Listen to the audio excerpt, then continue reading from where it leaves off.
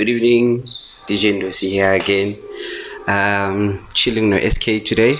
We're going to be discussing the same things I generally talk about, and he's going to give us his journey through the Cape Town industry, from start to where he is now. What is he currently doing? What are the future plans? And where I met him and how it all started. Welcome to Analogue Culture, and Ita. Grand Malum. I'm good. I'm good, eh? Can't complain. Can't complain. Yeah. Generally, I open the show by just giving you time to tell us exactly what he, besides the SK we know as a DJ, who is SK? SK, or known as Siseko, is a financial professional. Well, that's the other life I live. So is Mali. I think there's a difference in working with money and owning money. So, but yeah, that's the other thing. That's other profession besides. So yeah, I'm not gonna lie and say down to earth, but yeah, I'm down to earth. So I think Siseko is just a general 9 to 5. So that's me besides being SK. Right. So Siseko is a 9 to 5 and SK is a 5 to 5 days. Night shift. So for you, like Cape Town, okay, the DJing first, when did it start? Okay, the DJing part, suppose like many or like most of us, in my age group, that is, it's something that was in high school probably. And then I remember for me, zakukho ma mixtape nama cassette ma mix master nama start text music. That's when the interest in music podcasting started out. I remember back then when I was still in high school, my taxi rank back then while I was still in Volcom were given I can't remember which company it used to do something called Mixmaster Music. They'll give taxi owners, I think, a podcast of taxis, I think every once a month or something. So it was a big thing in Joburg and in the Free State and in Northwest. That's me initially how I started, and then Kwabako, the element of music. I'm a Mixmaster mixtapes. From Mixmaster mixtapes, then there were Revolution. Before the journey continues, there was Revolution 1 and Revolution those. Before those were vendor, there was those Revolution 1s, and there was more of a deep take before they went, and then there were the mid-tempo series. That's how we all start. When I speak about my generation, it was mostly around that area. So and then 2005, I'm in Cape Town. I used to DJ back where I come. I used to DJ before I came to Cape Town. So when I came to Cape Town 2005, continued where I left off. DJ Syndicate with my records, and then there was a friend of mine, Batingo Pablo, Lebohotan. So then we would do house parties with some vinyls, and then I met up with Ndo-C. There was a guy by the name of Ndo-C Simple C. So and then that's my intro to Cape Town. I'll just leave it there. That's my intro to the Cape Town scene, and then everything else then just gradually fell into place from there. All right. How much vinyls do you have? Rough number. Let's see. Do you remember the Lama milk crates? How many were those in the milk crates, if you recall? I think there was roughly 60. How many vinyls did that carry? 40 or 60? Around that number. Okay. So if I put the ones that are back home at garage, probably I've got 10 or 11 of those crates. and then here in that room, I've got a few crates as well. I think 3 or 4. I've lost. Let's just say I'm roughly playing on about 300, 400. Nice, nice. So Now, purely for the curiosity type, e-vinyl back then used to cost about when I started, vinyls were still 90 rand. 90 rand. And then they gradually went up. Yeah, it was 90, 80.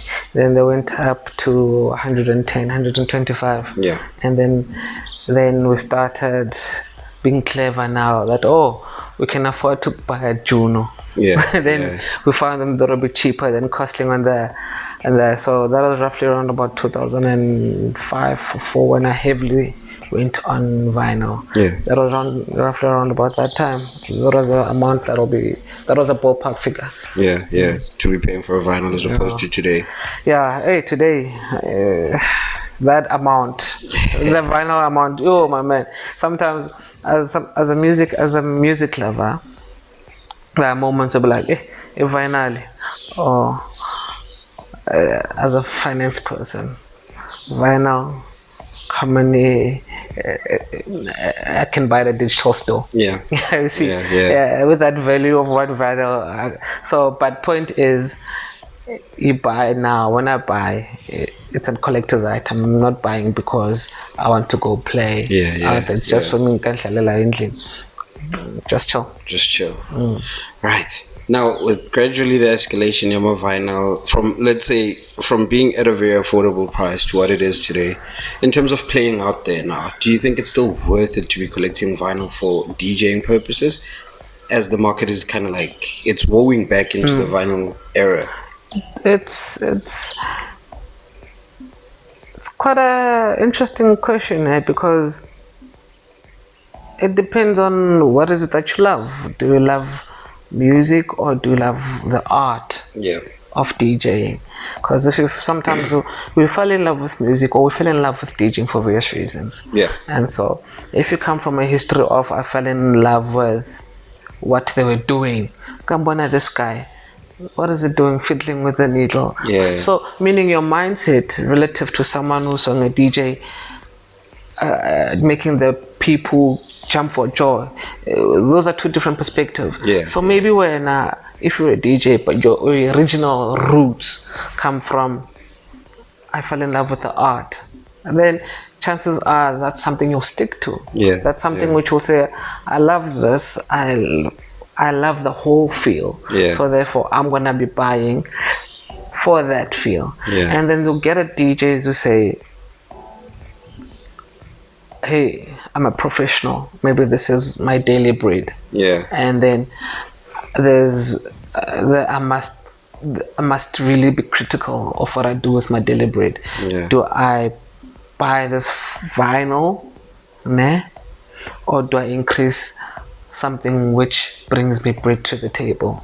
Because now we most often I find through my conversations, I find that most often that we as vinyl lovers are not primarily saying we're DJing on a full-time basis.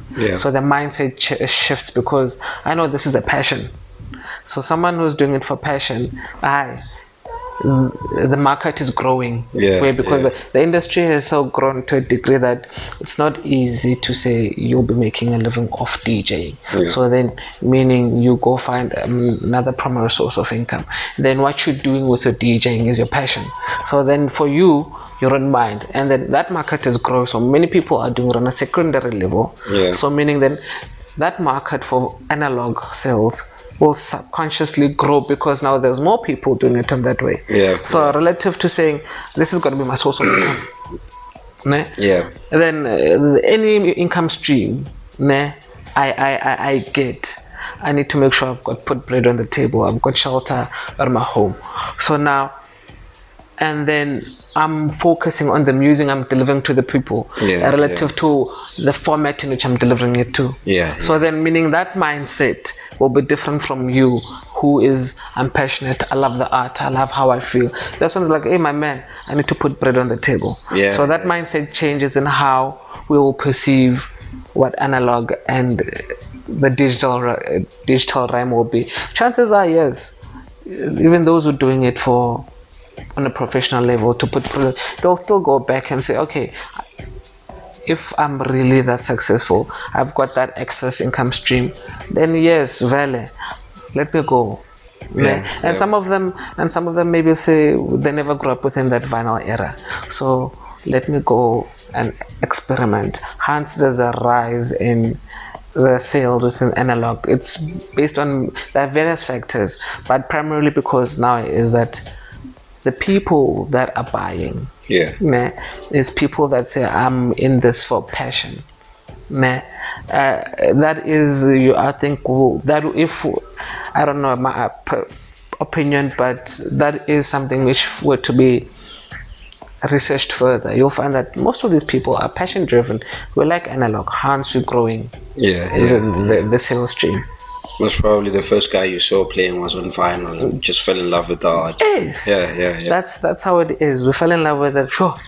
Madam already doing, for instance, with this fiddling Yeah. They were turntablists. Remember the art of turntablism, for instance, is sort of, I don't know, it's within the hip hop space, for instance, it's sort of dwindled down. Yeah. Not that it doesn't exist anymore, but it's not the same as there was before. Yeah. So now we've got DJs who software things, and we mega mixing hip hop, which is a great thing. Yeah. So meaning, but now that art, when I was fascinated by lo muntu wenzani with these things, you see. Yeah. So then that passion is the one that is honestly driving us back to the sales. Yeah. Moving over from the music collection and we know you're not going to step off from deep house, basically. No. Is there any other genre that you play around with? Yes, there are. I'm into lounge. I'm into neo soul. You won't probably you won't really find me playing those a lot, but here at home, those are something if you will find. Yeah. But then, if opportunity presents itself, I play them. Lounge, neo soul. You see, that's the broken beats. That's the type of sound there was a point in time, I think 4 years ago, 4 years ago, everyone was like, Shama broken beats. Yeah. And then I'm like, oh, mind you, only, okay, never mind. So, but it's one of those things for me. You'll find I'm playing at home. Yeah, well, I don't mind. And then it's a late day. It's a late back Sunday. Yeah. If I'm not with my family somewhere else, it's my Melo Sangomata, not Tepotula. That's what you'll find me playing here. All right. Post. So now we just got to Cape Town. We just jumped back in the industry. We've just met the syndicate, bought records. We're playing around. What are some of the clubs that you played in coming up? Whoa. And by the way, you know what the first time I ever heard of you was Asok. From the longest time I've ever been to Asok, like when I inquired, where do we play deep house? Where do we listen to deep house? This was even before that big smash Capilos. Yeah. Like, try Asoka. There's a guy called Eskay. Early 206, 207s. Yeah, my man. I've been moderately been, I don't know, was it fair to say, been around the block. I've played, and not all, but some of Cape Town's prominent venues. Yeah. And I'll give you, let me list 5, for instance. You've mentioned Capello Riebeck Street. Yeah. When Capello first launched in Cape Town. Yeah. Me and a group of friends were the first people to sort of call Project Ndo to facilitate the evenings at Capello. Yeah. And then from there onwards, we've also played at venues in Camps Bay. But the venue will come back, and then Maybe. it's not. It was me, Tibotez, and Lundi, but it will come back. So it's a nice. It's just that it closed down a few years ago. Yeah. And then we went on to play at places in Waterfront, like Alpa Lounge. We used to do Sundays. They were once synonymous Sundays at Waterfront for Deep House. Yeah. And then I've played there, and then also played Fun myself at the Grand Beach Africa. Had a stint there also.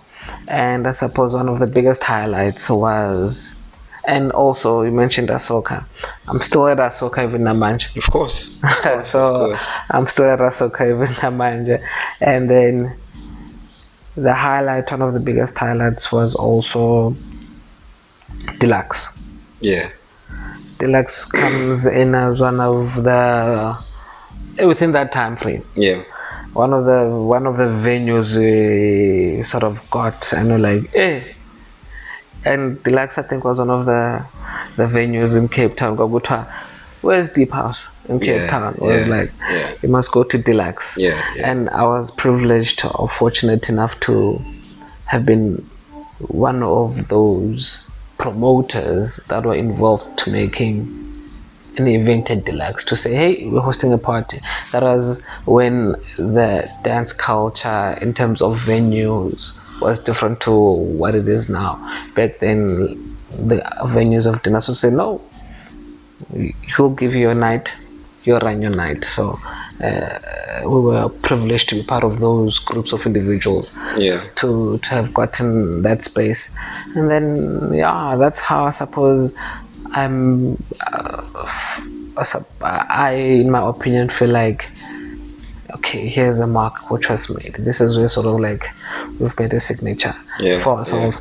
And even on radio, been to Metro FM, I've played at the Urban Beat, been to Dino Michael's Godfather of House, and so those are the other online radio stations. Yes, let me not forget the favorite one, Bush Radio. I also had a stint at Bush Radios. I think I had a residencies for 2 to 3 years on Wednesdays with Freedom on Freedom Show. So I've been even worse, Googs. I think the name Deep Fridays. I think it was in 2010.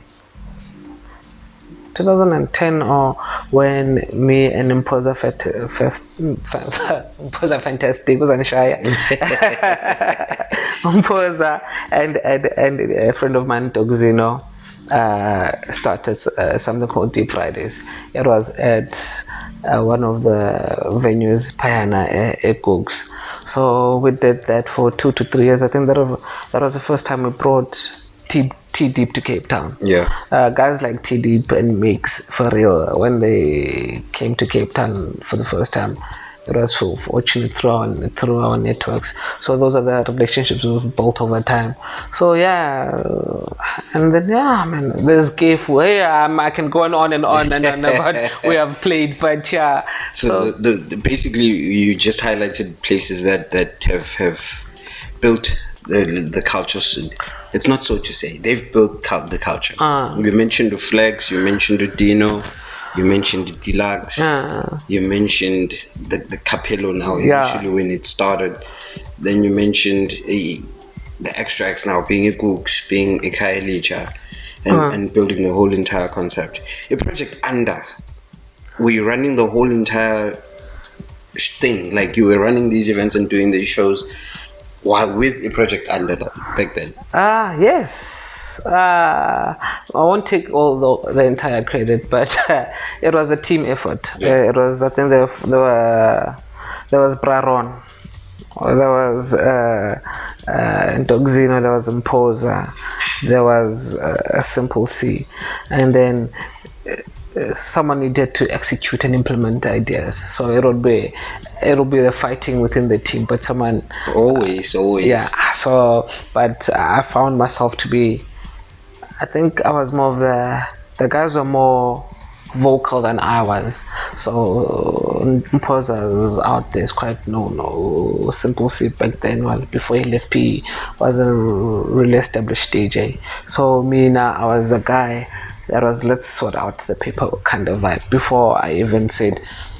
This Yeah. is Eskay, so I was just a guy running the all this stuff, the relationships with bolts. I was just a backbencher, but in terms of sorting out the workings of Project and how things were. So yeah, I've had the relationships with both of the first would be initiated those. So there are many things which I won't take credit for, but I've been part of that team, Yeah. which sort of, and I'm really proud to say that not proud, but it's really nice to sometimes when I talk about that brand.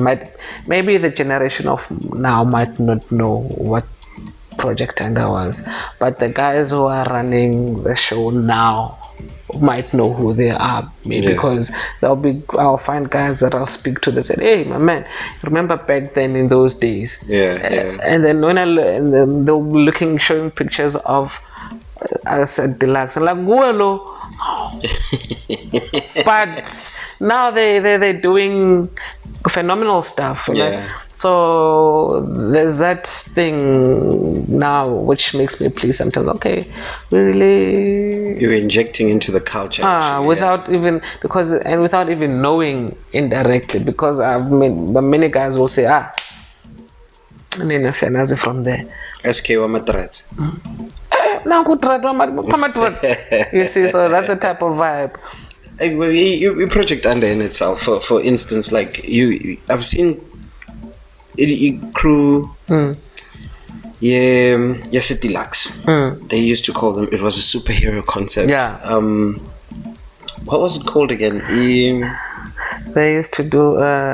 Lester Bachelor used to do this event, Deluxe. Nah. I think Defenders of the Deep. Yeah, man. So that was Lester Bachelor, and I think Irfan Shami. That was their concept for Deluxe. I think that was Deluxe's main party. I think, for instance, we had our party was called Frequently Deep. And then we had guys like Brian Travis and Emmeline. They had theirs called On Foot in the Groove. So even those guys now, they're quite big in their own spaces. The Defenders was a part whereby we're like, hi, this one is the one which sort of would be. It was the brand ambassador of Deluxe's events. So, but we were all, as part of Deluxe back then, had a stint in how things go. So the contribution, the support.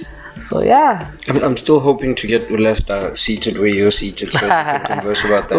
Because at some stage I actually found out Ulesta actually used to own it Deluxe, and I think there's a great story there to be told, and we've never gotten the opportunity to actually hear him tell it from his perspective. And the same questions I have, like the questions you have for DJs are different from the ones you have. Let's call Lester a promote. Now he'd have something to say on that part. Yes, Lester was one of the owners of Deluxe. And then there was also another gentleman by the name of Ian Brink. He was also the owner at that point in time. So those guys have their own stories to tell about the famous Deluxe. I suppose even people from outside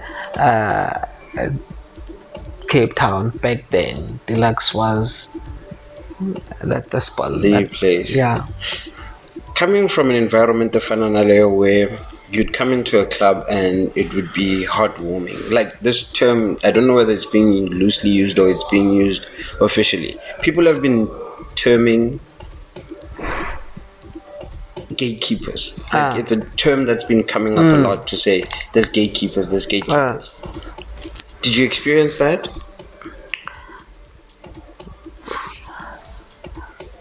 I would not like to use the term gatekeepers per se.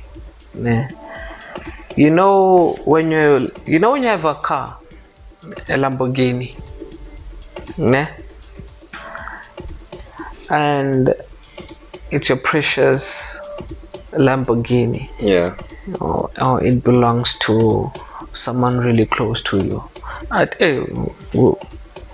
It big a Lamborghini. Yeah. Then comes Eskay randomly. Says I've got a driver's license. Can I please drive that car? And now you need someone to drive this car from point A to point B. Yeah. But you've got this weariness that you're not sure if you will be able to drive it properly. Yeah. So rather than using the term gatekeepers, I'd rather say there were people that were weary and had reluctance. Maybe I'm just being diplomatic in my I hear you. in my definition. Explanation. Yeah, but there were. Definitely there were. And we needed time to convince, lots of time. Yeah. And lots of reference work to say, I can do this, ask Uban. Yeah. So then before they can be easily welcoming. That I have experienced. And like I said, the places that I've played with, for instance, the Alba Lounge, we held the residencies on Sundays for the longest in Waterfront there for a deep house venue, but it was not easy to get in. Yeah, you can imagine. So we like Kuku Matsale.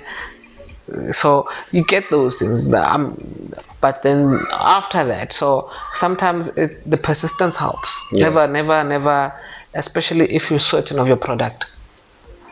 Persist, but don't be yeah. Persist politely. Make them. Sometimes you need to influence people's mindsets, and not force them to take your decision. Yeah. But sell them a product and convince them that it's worthy of time and effort and investment. Yeah. So especially when I started within the Cape Town scene, asking for gigs, like Banlo. Yeah. What's the story? So then you needed to convince, but not that's for me. People can nag if they want to, but I'm not a nag. Yeah. So, but I try to influence that you see what I see in a specific product. That's how it is. Gatekeepers are there; they'll forever be there. It's just a different gatekeeper than the one that was there before. Manje, before maybe we had issues with promoters. Manje, you might find that we've got issues with venue owners. Because that gatekeeper has changed, but a gatekeeper still exists, if I'm gonna use that. Okay. Then there was a question of a lot of people are not getting the financial injections they require to host mega events, because to tell you the honest truth, there are brilliant ideas happening out there. It's just that either people are stuck with small venues, not enough injection to get the exact feel of what they want. I feel this question is a follow-up question to the gatekeeper question. Actually not. It's a question I pose as to how do we change the industry? Like how do we change the culture as it is now to give it that same feel? Probably this is my justification. You nowadays, you've got venue owners. You've got DJs, and we've got few promoters, and then you've got sales reps. You see? Who do you get money from? Sales reps. And who do the sales rep work with? The venue owners. You see? So when who's got an idea? It's you, the DJ or the artist. Yeah. That wants to do the invest. So meaning who must be convinced? Who must convince who? You, the event owner, must convince the event owner. Artist must convince the venue owner, Of course. to make sure that he convinces the sales rep. You see how that, and this guy also has his own requirements. Yeah. Ngifuna my target boss. Yeah. Ngifuna my conditions for the evening. Yeah. Yeah. So now this guy was a venue owner. Now has to buy a stock of say 50,000 or something to get a cash injection for an event of one night. Yeah. Ne? Without certainty if it'll be, as Yabana Lando was talking about, subsequent, maybe it's a follow-up to the gatekeepers, because now all of a sudden this is also reluctant because he's not sure whether should I invest in 50k in stock. What's the certainty of this event really succeeding? Yeah. Ne? Yeah. And so this guy has a reluctance of invested. Sometimes it's not the sales rep. He might say, I'm not, but when I commit to this obligation. Yeah. So he's on the like. So meaning now, back before you used to convince the promoter, give me a booking. Now you've indirectly become the promoter as well as a DJ. So now going back to your question of challenges. Challenges that exist is now is the way DJs are nowadays are different from the DJs back then. Back then, I'm not talking as in 1970 something. Back then, as in when I started out. When I started out, you were tatama kritako, you're someone sees you, let's go ahead, I'm booking you for my house party, I'm booking you for my gig. That's how you start. Yeah. So then, and because there's a demand and supply, the access to music was restricted. Yeah. So meaning the number of DJs was also few. Yeah. So meaning it was easy for DJs to get lots of gigs in that basis of the demand. So now that access has grown, lots of digital market, many DJs exist. So now the mindset is no longer the same as before. Yeah. In a sense of now, when as a DJ you need to stand out. How do you stand out? We say make these parties. Yeah. Make your own events, throw your own. That's a formula we are selling. That's there now. Yeah. So and now that formula is gonna require you to go speak to that venue owner, no longer the promoter, but the venue owner. Obama promoter, that's another subject on its own. Yeah. You see, so gatekeepers. And when I say gatekeepers, now you've got this person reluctant. Now you need to now convince again. Yeah. So that please go get the funding. Yeah. And if those that do have the funding have added conditions again on top of the event when you do. Yeah. So like I said, try to influence how people perceive your product and idea, and so that if all is a success, everyone is happy. If all fails, that venue owner now won't say stock or say 50, 60,000 or figure under by 5 at my venue. What am I gonna do with the stock? You see? You promised something big, but it turned out left. So those are the challenges with financing an event. So if guys are able to gain capital on their own, do things on their own, then let sponsorship follow your success. Is a formula that I've realized also works elsewhere. There are many guys. Look at, for instance, if you go now for Uber, any other general business, what you need capital. Yeah. You're not gonna say I need endorsement to start my business. Yeah. You need capital. Then that capital will be the one driving you. You ensure that your business is sustainable. It generates the revenue that you want. Until such time that someone says, I'm seeing that this product of yours it's working. Yeah. And therefore I'm willing to invest time and effort in it. So if people, it's a difficult challenge. I know it's a difficult one to say go this way rather than primarily getting a source, because that one is much more challenging, because we spoke about the gatekeepers. There's a sales rep, there's a venue owner, ne, that now needs to be convinced. Yeah. Now if you're saying, I don't mind me, I've got my capital, it's unfortunately difficult to get, ne? But it will be much more longer lasting, because then at the end of the day, those sponsors, if they seeing its success, they'll be chasing you. You're now the one putting the conditions on. Yeah. It's a formula that's worked. There are many events that I know and been part of that started that formula, but unfortunately for Tina, and especially Tina, basuka kwindawo apho bekunzima khona, no one is gonna say inamfanam tata nanzi 50k to start your thing. Yeah. And then I'll wait for you to become a success.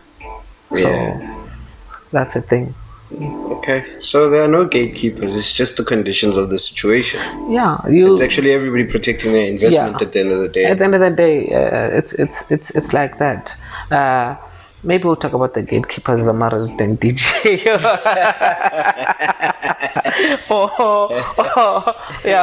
or promoters wanting to stick to a network of friends. Maybe that's. But in terms of me, Eskay, wanting to have my own brand and product, investors are always wary. You know, there was that show, Shark Tank. People would go again, ask for capital to do an invest, to people to invest in their products. You see, some will say, well, now how much have you invested in your product first before you went?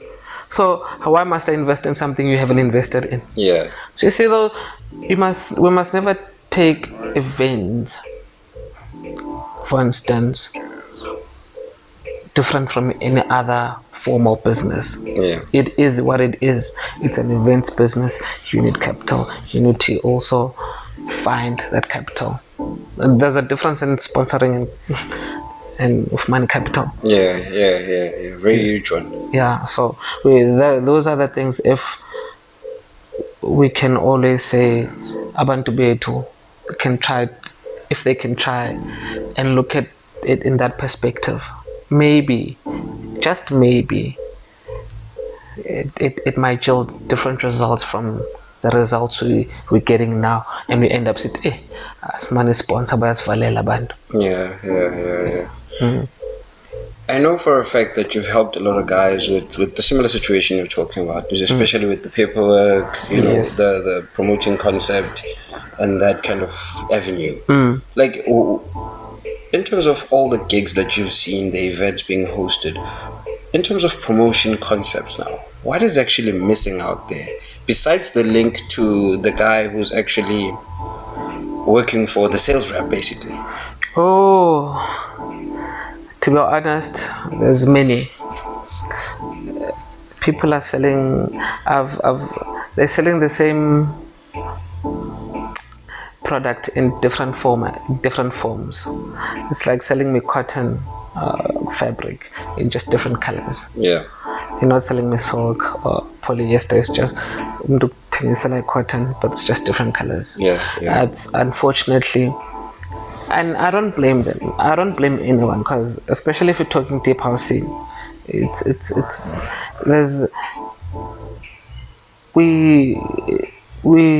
house scene is something that should be simplified. We always say, I'm China. It's just about the music. It's just about the music. But Tabanga was ayofuna umowe, was it mowe? Tabanga mood. Tabanga kubo, is it just about the music? It's not just about the music. You see, they're looking at overall things. Same principle as all these sponsors. As much as we say it's about the music, but they want to see something that's a perception. So we find that we're selling all these things for something which is just about the music. I'll show you flames about Amateko Nama blue lights, but in all honesty, it's about the music. Yeah. So, manje, I find that it's most of the guys, they've got the ideas, they've got the themes. Kabana manje, there's how many events have you gone through whereby they say this is just specifically about music? It's always music plus other things. Yeah, yeah, and I think it was today when I saw Julian Gom's post about some guy renting a phone, which you can't spend 6 hours taking pictures, taking videos of the DJ. When do you put your phone in your pocket and dance? Yeah. And it was endorsed by a whole lot of people. Which how can this be the conversation? But just to relate to what you're saying, the companies want to market their stock. They want to push numbers. They want to push sales. Term I really hate.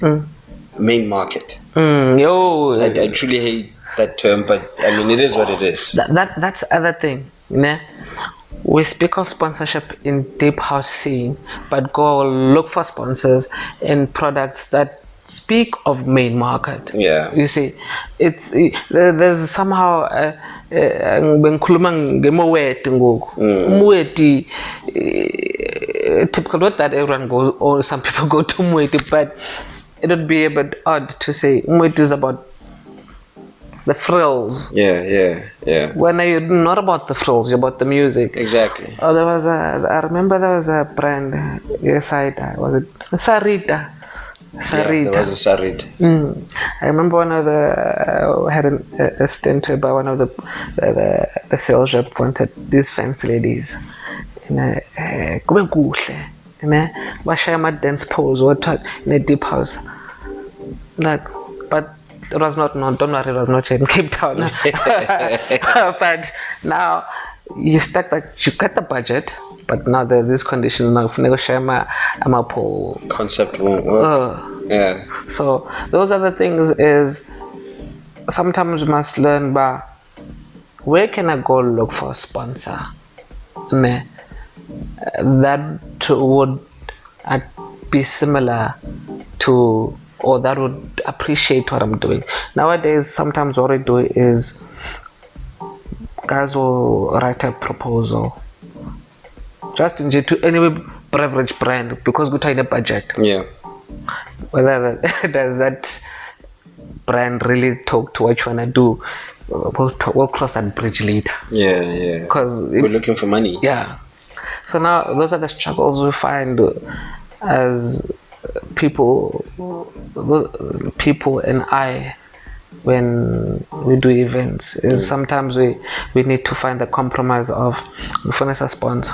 So our hands back to that concept is ideally it would be nice if now we'll change the dynamics and try to get capital in some different way. Yeah. And then from there, so that you don't compromise what you want to achieve. Let's take that concept of injecting capital, your own capital. In essence, if my principles are right, you inject, it should grow. You know the losses of the door, right? You know the losses of the whole entire event. Thank you. Where when you spend, the returns don't equal what left your pocket. And now you end up having a deficit and you have to pay from your own pocket. For people that have started stuff and are trying to grow the brand out of their own pocket now, how do they avoid, let me not say, how do they face those challenges of saying, we spent 100K on an event, plus don't forget that you guys are not cheap, right? Now, we want to bring in, who's the most expensive guy I know out there currently? Who's the most expensive guy? And that's David Guetta. No, let's leave Guetta's too far from the scene. Knockoff is like a tad bit far because currently, I have to say, local scene with spinners, we've got very talented people out here. They're conforming to the art form and delivering. Yeah. Heavy. So with everybody working lie around in, who's the most expensive guy? Jazz? Tulan? let's still for scenario sake. I'm not gonna speak. I know, but I'm not gonna, for scenario sake. Let's say that you're the most expensive guy in the scene. Right. So Ndo-C, I'm throwing an event. Ndo-C wants 20K. Right? Ndo-C wants 20K. We must still book your sound. Ndo-C wants proper sound. We don't own sound. We need to hire sound. We don't own a venue. We need to get venue. We don't have a liquor license because now we're operating out of a venue that has one. We need to acquire that. Now we're taking this to the extreme now, right? But you're going to acquire all of those steps, one up until the last, marketing included on that. Your budget reaches you to 100K. You're throwing the event a cage and you want to charge people 200 Rand. Right? What is killing that concept currently? You asked what I do, ne? Yes. When we started this conversation. Yeah. In terms of Mali, what? No. Not so Mali, but I work with money. You know what kills? To be honest, and I've seen this a couple of times. First of all, inadequate budgeting. Inadequate budgeting and lack of controls put in place. Right. One, I'll put a scenario. No, I'll take that scenario of yours. Ne? People would do that budget and say, some guy 20K. And then it's just that at excluding flights and accommodation, those are Suke Mozambique. Yeah. Oh shit, I never accounted for that. So now, you see, an additional expense you might not have. Yeah, catered for, yeah. Yeah, because we'll speak about provisions. We'll talk about maybe they should have provisions for certain things. And then people will say, and then they'll do the marketing and concept, but they don't have controls in place. Controls, I'm talking about, if I'm hosting Ndo-C,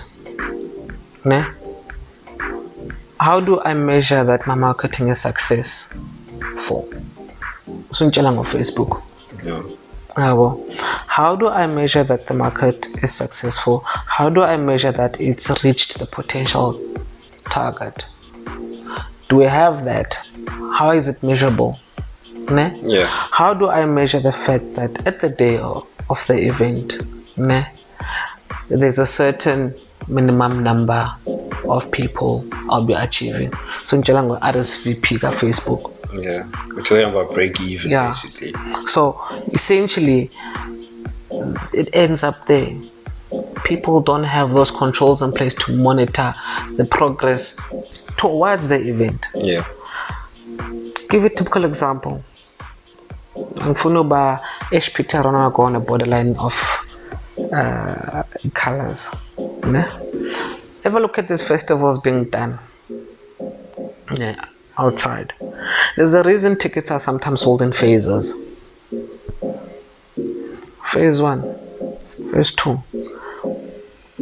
I'm aiming for that at least when I reach a certain point. That's one of the measures I'm putting in there. Yeah. At least I've achieved a certain sales range. Then if I don't achieve that, what can I do to boost so that when I reach a certain date, I achieve that? Yeah. Because why? If I'm gonna be doing a big event, significant big event, I can't be reliant on the day of the event. No. Because, my man, anything is possible. Yeah. That's why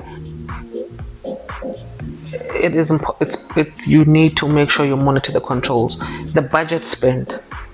If you say that, look, when you've got a budget, don't tax some finger out. Get the quotations. This is a decent sound. This is how much it costs. Ndo-C, una requirements is like, this is how much these will cost.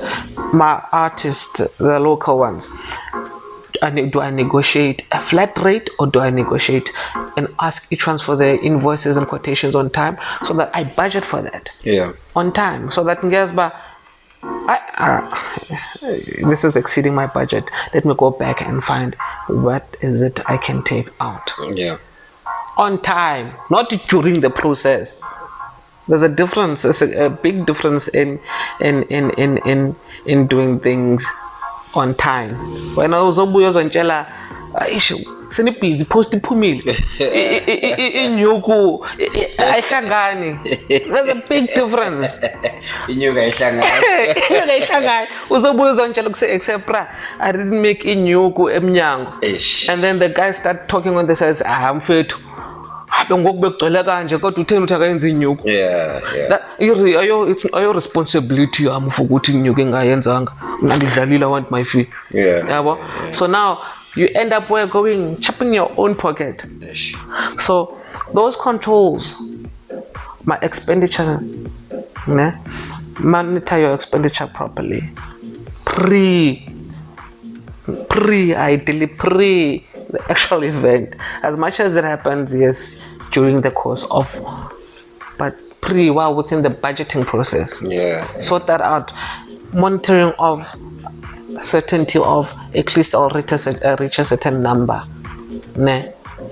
Put measures in place. This is just one example. There might be other to make sure that, hey, I've got certain things in place. I can monitor at least by end of a certain thing.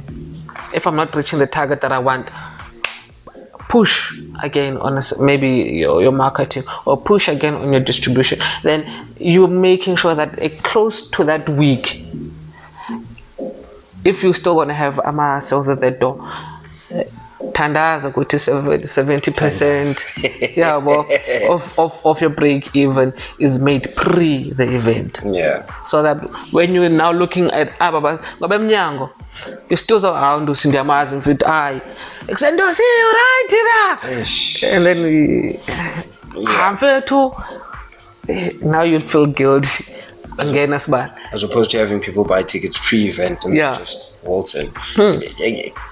That's valuable information, you should have so that's a session 101 to say here are the do's and don'ts for events. But I believe that works on, we're planning an annually, it works on that. But if you're planning a month to month type of thing, and I think those would require you to do a already established venue as opposed to... even still, the same principle applies. Even if you're doing on a month-to-month basis. Look, there's an event which happens here in Cape Town, I think once a month. The guys that do that event do planning 6 months in advance. What's the event? So what? You know it though. But I'm not being paid to advertise events here. Hey, come again, advertise an event. Maybe you should pay Eskay. We'll talk about it. So point is, I know for a fact that they plan probably 6 or 4 months in advance. It's a month-to-month event, but I've got capital for that 6 months. Same principle applies. I make sure that whatever I do, that 6 months, at least I must be covered. But sometimes, especially if you're going to be starting a new event, whether it's weekly, get that capital, because people are delayed sometimes. They're not going to be attracted immediately. So have that provision or planning for that first 6 months, so that maybe the first 2 are flopper. If not, then the third one maybe we're paying attention, and the fourth one, 6th one, I'm trying to recover now. There's something in business, we talk about a product life cycle. Product life cycle, whereby a product will start, will have its early stages, and will have its peak stages, and then decline stages in danger. So essentially, the same principle. If you're going to be doing that on a month to pay, it has a life cycle. It will start gradually. It will have its peak time. It will have its dwindling time, and then you need to monitor all those stages properly. Where is my brand and product within this life cycle? And at some point it lose the so you need to manage those things properly. So that's why in city, those guys will plan their things. Then I know that if go to the next two,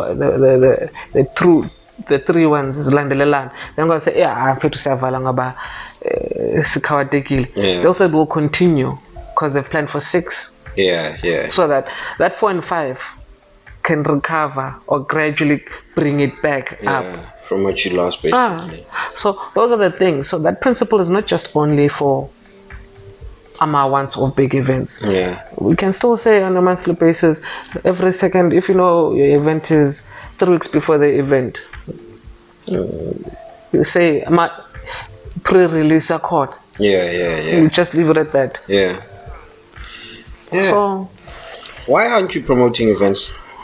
Particularly for the growing concepts as Kona mentioned. How is it that you're not jumping in and saying, gents, this is what I saw, this is what you need to fix, here's a plan?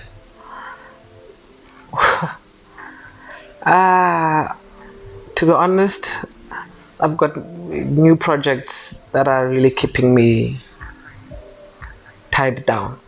These are projects within the scene? Yes, within the scene. Oh, definitely. They're long-term projects that you might not see now, but they're keeping me tied down. But I've never been shy to hide information from those who ask. Yeah. If it's a matter of, when what's this? It's a conversation. Yeah. And then it's up to you what you do with the conversation. Currently, I'm busy doing many stuff. Actually, we are going there because I know the other day we were talking about the podcast you started, and you were thinking of going. Yeah. So there are many things which I'm currently doing, and one of them is legal representation of some artists in terms of contracts that they do. Big art, I won't mention names, but I do financial management of some known artists, and their contracts with distribution deals with the resellers and their labels. I just oversee if all is in order for them. That's how much do you charge? Someone might actually want to use you for. Granted, you can hit me up and then we'll talk and discuss. There you go. His links will be in the description. Yeah. So I'm busy with that, and then I'm also busy with something called Friday After Work Cafe. Fawa. Yeah. The Fawa music. We call it the Fawa music group. There are many things we do. Yeah. All music related. And there are many other things that we're gonna do that we're just doing blueprint on. Okay. And typical example, the ones that exist now. We got the podcast. Yeah. Can get them anywhere from Spotify to Podomatic. Those are frequent every Friday, Shandis. Yeah. So it's just us 4 guys. Was it 4? Guti, Jake, and Gutekes. 4 guys, professionals in their own rights, just doing passion. Yeah. We're throwing our passion on a weekly basis. This is the music we love. Let's play it the way we want, the way we feel, without having the pressure of the dance floor. Yeah. Sometimes when you're a DJ, crowd reading is key. Like cataling a crowd, man. So that's what we do on a Friday.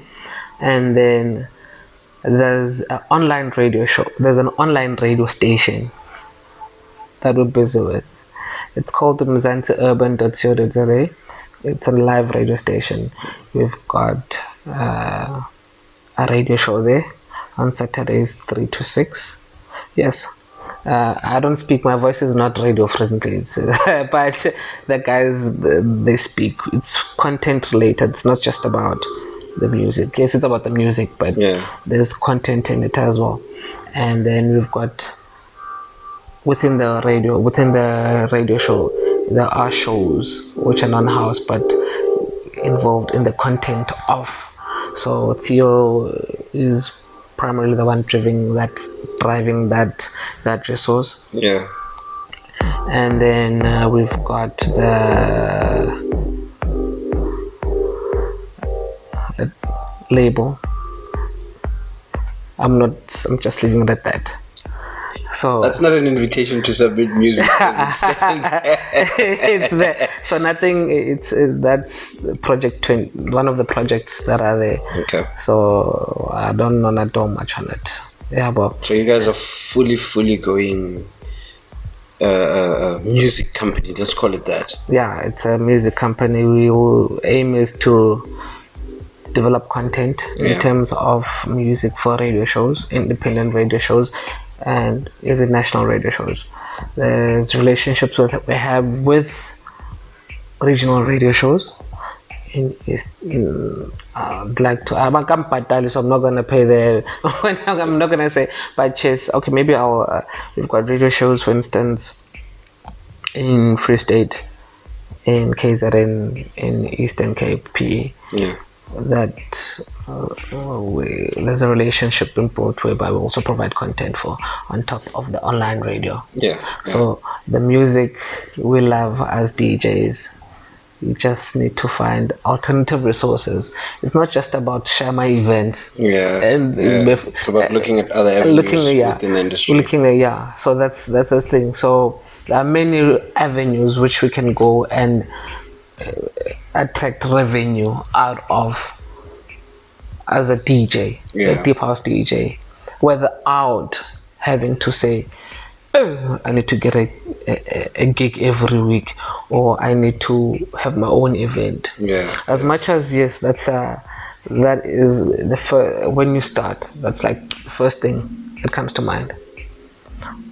But like I say, we've got many other avenues. Content developing is there for DJs, for DJs. Yeah. You see, content developing for podcasts, for deep house music to the consumer. So we've got all those things, and we've got, like I said, I spoke about contracting, and we've got the formal legal consulting side, which I do for the contracts and the financials. So there are many other things we do. So we might see me but he doesn't DJ that much out there. But there are other stuff which I do at the back. All right. So now with all the plans that you're mentioning, like, I don't know whether it's you guys haven't put it out there, but if it wasn't for talking to you the last time, I wouldn't have known about the radio station. And Fawa is something that is out there, particularly when you post a lot about your Fawa, where you're playing, so I'll catch those on your, but that's still like just Facebook. If I don't have you on Facebook, it's fine. Like I say, we plan. We a group of professionals. We plan. We know the target market. We know who we wanna. So it might not be for the mass consumer. Well, I might know that. Why am I?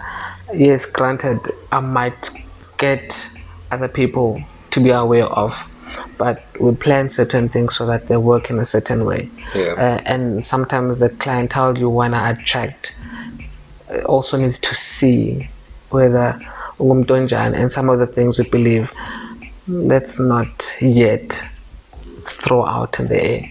So it's that type of thing. My gigs, it's fine. It's meant for the mass consumption. I'm writing contracts that. Of course, that's out. But for the radio station, the radio station, like we said, as now it's fully developed. It can go live. I might not be talking much to it, but like I say, you want to have we come from the school of a DJ, so we'd like to believe that everyone should have their own role to play. I know my weakness. I'm not good at marketing, so we're trying to find people then that will be good at that space.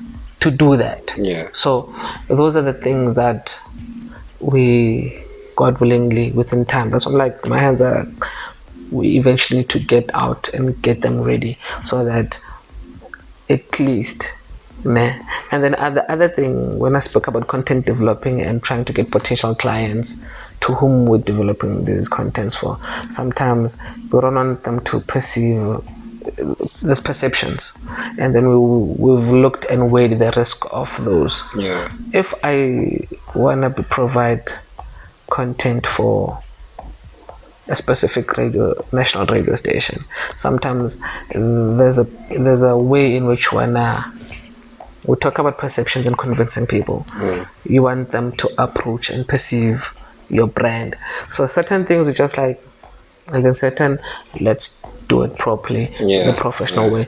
And then when time allows, then it will happen on its own. And most of these things, the work we do, like I said, it's more of a backbenching work. Yeah. And then others do the front line. Yeah. Out of curiosity now, in terms of the radio station, as it stands, like just your thoughts on this now. As it stands, data prices must fall. They're not falling. A lot of content is online based. Data requirements. Market is not exactly where it's supposed to be. So, have you guys catered for that in terms of the online radio station? Yes, I'm saying that with confidence. So you're giving us free Wi-Fi? I'm giving you. I'll tell you this, nah. You download a mix of 60 minutes, 70 megabytes. Yeah. Roughly, nah. So you stream a show on the app directly, 30 megabytes for an hour. So when that's yeah. So we it's those things. The quality, because we have different levels of. I'm not into that IT space. As someone who does the IT, from my, you can set the level of quality that you want coming through. Yeah. So those are the things, and then sometimes we can only do so much. Nah. Then it's up to Ndo-C. Do you wanna get ADSL or uncapped, which is 600 rand a month, or do you wanna get iPhone 8 or 10, which is 700 rand a month? ADSL uncapped for the whole. It's not just for you and your radio. It's for you and your whole family. Yeah. So then there's the end user that also, and for that we can't control, but we can only control what can deliver the least. So that is the biggest thing now. The podcast Fawa every Friday. I believe every Friday. FawaMusic.com. I've got the website FawaMusic.com. You don't know where. The FawaMusic.com. Friday after work cafes on Facebook. So we try to provide even those podcasts in many different platforms. Yeah. So meaning I'm not only restricting you to Podomatic, where now from Spotify there, because you just want to stream, maybe you don't want to download, you just want to stream for that week only. You save space, it's there. You see, so those are the factors we've also observed and considered, but we're playing a long game. So we're not that we're not into, and not that we would not love to enjoy the benefits of a short-term game of that mass marketing end, but because we know what we're strong at and what we're weak at. So we are all with the guys. Marketing is not about them. Hence, we developing a team to do that. So Tina, then all we do is just play the long-term goal. So that if we're consistent enough, eventually someone or somewhere out there will take it to the next level. So say let's go. Anyways, for most of the descriptions, Eskay is mentioning your Fawa.com, where you can find him, and a whole bunch of information about what he's doing. I'll have links to his socials and of course to the .com. And yeah, you can catch information at Eskay on a lot and lot of spaces, and I feel we could have this conversation for like hours on end. But I'll try and get the whole team here, Fawa, in and get the perspective of definitely what you guys are up to and what's going to put you on the space there out there. Yeah, that's true. And yes, I still do DJ. So that means you can still book them. I still do. You can still find me at Asoka. I'm a furniture forever.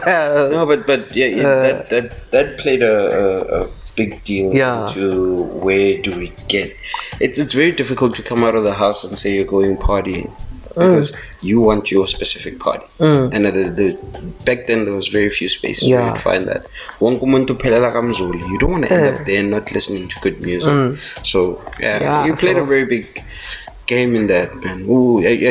There's a lot of people that before I even met you, I saw Eskay.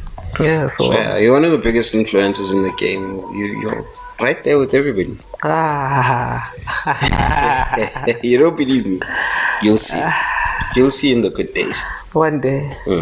Otherwise, Putti, thank you very much for spending your time with me. Thank you. And answering my question. Oh, I mean, there's so many things I could go on about, but